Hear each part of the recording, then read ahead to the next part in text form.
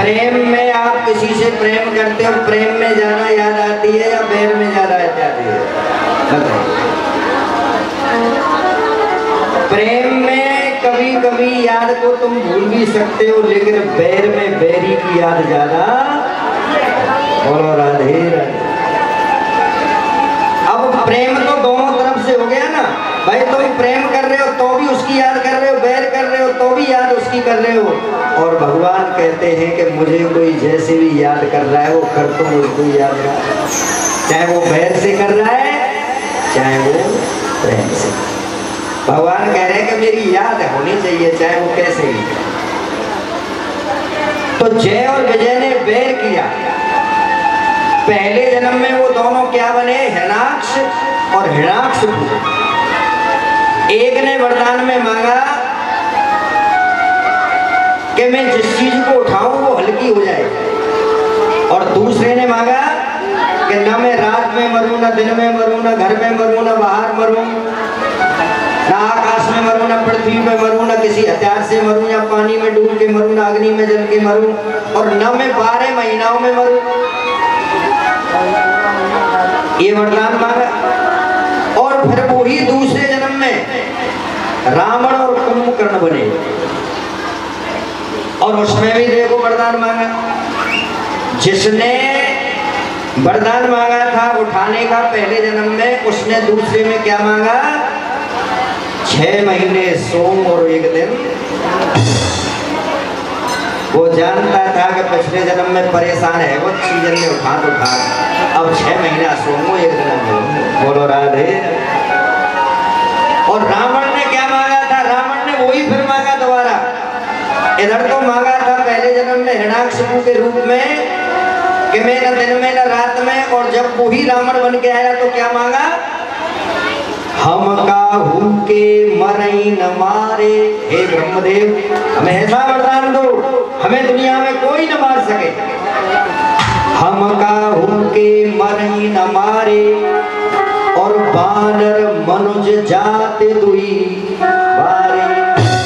केवल बंदर और मनुष्य को छोड़ के दुनिया में हमें कोई न मार सके, ऐसा वरदान दो। बोले ठीक। अब ये भी जन्म गया तो उनका तीसरा जन्म हुआ, और तीसरे जन्म में वो बनते हैं दंतवक्र और शिशुपाल। इनके लिए भगवान को कृष्ण अवतार लेना पड़ा। दंतवक्र और शिशुपाल बन के आए। रावण और कुंभकर्ण तो राम अवतार लेना पड़ा। और पहले उसमें उन्होंने जन्म लिया हिरण्याक्ष और हिरण्याक्ष का, तो एक के लिए भगवान 12 सूअर बन करके आए, और दूसरे के लिए भगवान नरसिंह बन के आए।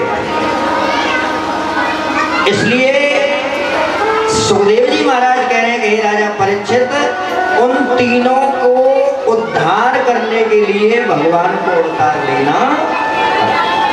जो तुमने प्रश्न किया कि भगवान क्यों आए अवतार लेकर, तो अपने पार्षद और भक्तों की खातिर भगवान को आना।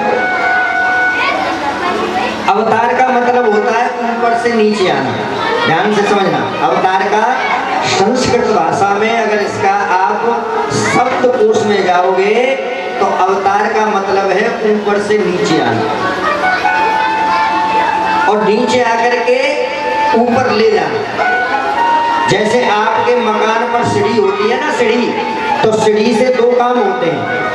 सीढ़ी से नीचे से ऊपर भी जाया जा सकता है, और ऊपर से नीचे आया जा सकता है। लेकिन समझदार आदमी तो सीढ़ी पर चढ़ जाएगा, लेकिन छोटा बच्चा होगा वो नहीं चढ़ पाएगा।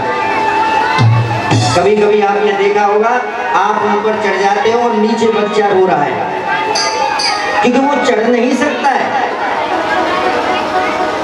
तो आपको नीचे आना पड़ता है उसे लेने के लिए। ऐसे ही कुछ भक्त ऐसे होते हैं ज्ञानी, जो ज्ञान के द्वारा, तपस्या के द्वारा पहुंच जाते हैं भगवान तक। लेकिन हमारे आपके जैसे बालक भक्त होते हैं शिशु की तरह, हम आप चढ़ नहीं सकते हैं, साधना नहीं कर सकते हैं, हम आप रोते रहते हैं कि भगवान हमें भी लेने आओ। इसलिए भगवान को हमारे जैसे भक्तों के लिए उतर के आना। तो अवतार का मतलब है ऊपर से जो भक्त नहीं जा सकते उनको लेने आना, और और जो चले जा सकते हैं उनके लिए साधना। तो भगवान अवतार लेकर आते हैं। हम आप इन अवतारों की कथाएं तो सुन रहे हैं, इन्हीं के माध्यम से ही तो बेड़ा पार हो जाता है जीवन का। अब कहते हैं कि प्रथम जन्म की कथा बताई कि पहले जन्म में ये हिरणाक और हिरण्याकशिपु बने। तो देखिए पहले के लिए भगवान ने वाराह रूप बनाया था और उसका बंद कर दिया। दूसरा जो था हिरण्याकशिपु, उसके घर में एक बेटा पैदा हुआ था जिसका नाम था प्रहलाद। और प्रहलाद को आप सभी प्रहलाद की कथा जानते हैं कि वो बड़ा भक्त था। कभी कभी ऐसा देखने को मिलता है कि बुरे लोगों के घर में अच्छी संतान हो जाती है और कभी कभी अच्छे घरों में बुरी संतान। ऐसा आपको कभी कभी समाज में मिलता है। आप कहते हैं कौन को छोड़ा जी बात नहीं बहन है, बाकी कहाँ थे इतना बढ़िया बालक आएगा बहन, वो तो ऐसी है ही। बोलो राधे राधे कहते हैं बहन जी बाकी छोरी है, बहन वो भरोसा ना है, बाकी छोरी और इतनी सीधी और ऐसी बढ़िया छोरी बहन, वो तो बड़ी भगवान की कृपा है। बाकी घर में ऐसे बालक आए। और कभी कभी आप कहते हैं कि बहन ये बाकी, यानी कभी कभी अच्छों के घर में बुरा पैदा हो जाता है और बुरों के घर में कभी कभी अच्छे। ये स्वागत। और दुनिया के अंदर आप कहीं भी ना झुके हो, हर जगह सीना तान के तुम जा सकते हो, लेकिन दुनिया में आपको अगर कोई झुकाने वाला है तो दुनिया में जब भी कोई झुकाए तो अपनी संतान के आगे झुकना। मनुष्य को जिस कभी भी झुकना पड़ा है तो संतान से हारना पड़ा है, वरना वो सबसे लड़ सकता है दुनिया में, लेकिन अपनों के सामने उसे हारना। आज प्रहलाद पैदा हो गए घर में और जो हिरण्याकश्यप को दुनिया मानती थी, लेकिन प्रहलाद ही ऐसे पुत्र हो गए कि जो पिता की बात नहीं मानता। जो हिरण्याकशिपु कहीं नहीं झुकता था उसे अपने बेटे के आगे झुकना पड़ा।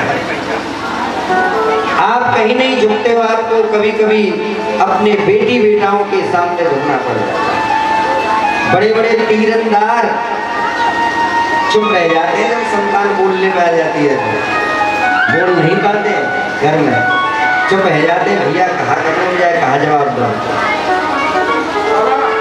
हमें तो अपनों ने लूटा, गैरों में कहाँ दम था, कश्ती मेरी वही डूबी जहाँ पानी। आपको जब भी कष्ट देते हैं तो तुम्हारे अपने देते हैं, पराया कोई नहीं देता है। पराया तो तुम्हारे साथ भ्रमण करने की कोशिश करेगा, अपने लोग। तो आज प्रहलाद पिता से कह रहा है कि तुम जो कह रहे हो मैं वो नहीं करूंगा, मैं जो कह रहा हूं वो तुम करो। उसने कहा नहीं बेटा, मैं दुनिया का मालिक हूं, मैं ही ब्रह्मा, मैं ही शंकर, मैं ही विष्णु कहलाता हूं और दुनिया में बेटा देख मैं ही पूजा। प्रहलाद ने कहा नहीं पिताजी, आपको लोग भय के कारण पूछते हैं, वरना पूजनीय तो भगवान ही माने जाते हैं। आप भी पिताजी अहंकार को छोड़ के भगवान का भजन करो। तो उसने कहा ये तो हमारा भी गुरु बन रहा है। तो प्रहलाद को कुछ आचार्यों के पास भेजा, कैसे समझाओ इसे वो विद्या दो जो मेरा कहना माने। लेकिन प्रहलाद ने तो आचार्य को भी उल्टा पढ़ा दिया। प्रहलाद ने कहा आप तो लोभी आचार्य हो, आप मुझे गलत मार्ग क्यों बता रहे हो, सत्य मार्ग बताओ, क्योंकि सत्य भगवान है। तेरे तन में राम मन में राम। प्रहलाद कह रहे हैं अपने गुरु लोगों से, तेरे तन में राम मन में राम, रोम रोम में राम रे, राम सुमिर ले ध्यान लगा ले, छोड़ जगत के काम, बोलो राम बोलो राम बोलो राम राम राम, बोलो राम बोलो राम बोलो राम राम राम, बोलो राम बोलो राम राम राम। मन में राम मन में राम, रोम रोम में राम रे, राम सुमिर ले ध्यान लगा ले, छोड़ जगत के काम। बोल राम बोल राम बोल राम राम राम बोल राम बोल राम बोल राम राम राम। और प्रहलाद कहने लगे पिताजी बचपन बीता खेल कूद में भरी जवानी सोया। बचपन बीता खेल कूद में भरी जवानी सोया। एक बुढ़ापा अब क्या सोचे क्या खोया क्या पाया। एक बुढ़ापा अब क्या सोचे क्या खोया क्या पाया। अब भी वक्त समझ जा बंदे अब भी वक्त समझ जा बंदे ले ले हर का नाम।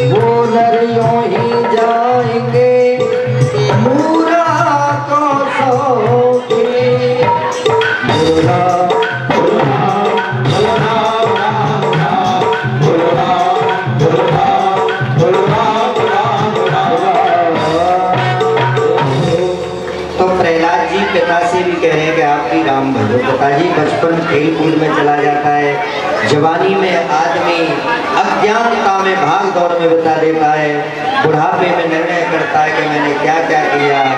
फिर भी बुढ़ापे में भी अगर भगवान का भजन शुरू कर दे तो भी कल्याण होगा। देखिए आप एक बात समझ लीजिए, तुम्हें भगवान के आगे एक दिन आना ही पड़ेगा। कभी भी आओ आना पड़ेगा, चाहे बचपन में आ जाओ चाहे जवानी में आ जाओ। नहीं तो जब हाथ काम ना करेंगे, आंख अंते कम दीखो कान अंते कम सुनो, बेटी बेटा कहो ना मानेंगे, दरवाजे पे बैठे बैठे घासों करेंगे तो राम राम कहेंगे दोनों राधे। यानी एक न एक दिन भगवान की भजन तुम्हें करना ही पड़ेगा। ये कटु सत्य है। बड़े बड़े राजा महाराजाओं को भी भगवान की शरणागति लेनी पड़ी। पांचों पांडवों के साथ में स्वयं कृष्ण भगवान रहे, लेकिन आखिर में वो भी परीक्षित को राज देकर उत्तराखंड में भजन करने कहा कि अब उम्र बीती जा रही है, अब भजन। तो यहाँ पर कथा आती है, प्रहलाद समझाने वो नहीं माने तो प्रहलाद को हिरण्याक्ष मारने के लिए तैयार हो गए। कहते हैं कि पहाड़ों से फेंकवा दिया, भगवान ने बचा लिया। जहरीले नागों के एक कुएं में डाल दिया, वहां से भी प्रहलाद। कहते हैं कि सीप की चांप सके कोई जासू और बड़ रखवार रमापते, जिसकी राम रक्षा करते हैं उसका सीख भर भी कोई कुछ बिगाड़ नहीं सकता। कथा आती है कि प्रहलाद को मत वाले हाथियों के आगे खड़ा कर दिया, फिर भी बच गए। अपनी बहन को बुलाया, इसका नाम था होलिका। प्रहलाद को होली लेकर बैठ गई, क्योंकि होली को वरदान था कि वो अग्नि से नहीं जलते थे। लेकिन कहते हैं कि होली जल गई और प्रहलाद अग्नि में भी बच गए। क्यों? क्योंकि भगवान कहते हैं कि मैंने वरदान दिया था तुझे तेरी रक्षा के लिए, लेकिन तू तो मेरे भक्त को ही जलाना चाह रही थी, और मेरे भक्त को ही जलाना चाहता है तो फिर उसके साथ उल्टा हो। एक खंबे को लाल किया गया और प्रहलाद से कहा कि आज मैं तेरे भगवान को देख। प्रहलाद धीरे धीरे उस खंबे की ओर जाने लगे। देखिए, जब भगवान नरसिंह उस खंबे में विराजित हुए हैं, आज प्रहलाद आंख बंद करके जित देखूं जित श्याम मई है। प्रहलाद की निगाहों में तो सब जगह भगवान हैं, वो रक्षा कर रहे हैं हमेशा। आज प्रहलाद उस खंबे को जैसे पकड़ने लगे तो खंबा फाट जाता है। एक तेज आवाज होती है, नरसिंह भगवान बोलिए, नरसिंह भगवान की जय हो। कहते हैं लंबी लंबी दाढ़ें, बड़ी बड़ी आंखें, विकराल स्वरूप और चारों तरफ क्रोध से देख रहे हैं।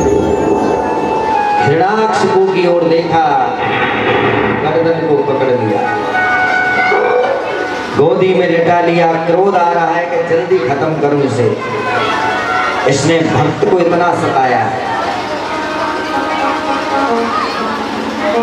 लेकिन कहा कि देख, न दिन है न रात है, दोनों वक्त मिल रहे हैं। तेरे वरदान को पहले याद दिला। तूने कहा मनुष्य से भी न मरूं, किसी पशु से। देख, ना मैं मनुष्य हूं ना कोई पशु।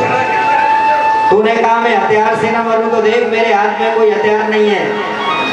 तूने कहा ना घर में मरूं ना बाहर मरूं, तो भगवान बीच देरी में बैठ गए। क्योंकि देरी का हमारे हिंदू धर्म में बड़ा महत्व है। यहाँ भगवान बैठे थे, इसलिए विवाह शादी होते हैं तो पहले देरी सिराई जाती है, देरी का पूजन होता है। बारात आती है तो पहले देरी पर दूल्हे को बिठा करके चौकी पर पूजन होता है। देरी पर कई काम होते हैं हमारे रीति रिवाज, क्योंकि इस देरी पर भगवान बैठे। और देरी में बैठ करके कभी भी किसी की, न तो रात के समय बीच देरी में सोना चाहिए खाट बिछा कर, ध्यान रखना। बहुत लोग गर्मी हो बीच देरी में बिछा लेते हैं, कभी अपनी देरी में खाट बिछा कर नहीं सोना चाहिए, क्योंकि वहाँ भगवान का निवास होगा। और कभी भी देरी पर बैठ करके किसी की भलाई बुराई मत करो। ये माताओं में ज़्यादा आदत होती है, देरी पे बैठ जाएंगी। आजा शकुंतला, आजा निर्मला, आजा गीता, आजा सुशीला, आजा बैठ जा। 4 जनी बैठ जाएंगे और फिर उनकी राम कथा शुरू हो जाती है। देरी पर बैठ करके तुम बुराई करोगी तो वहाँ नरसिंह भगवान का निवास है, वो सब तुम्हारी सुन रहा है। इसलिए देरी में कभी किसी की भलाई बुराई नहीं करनी चाहिए।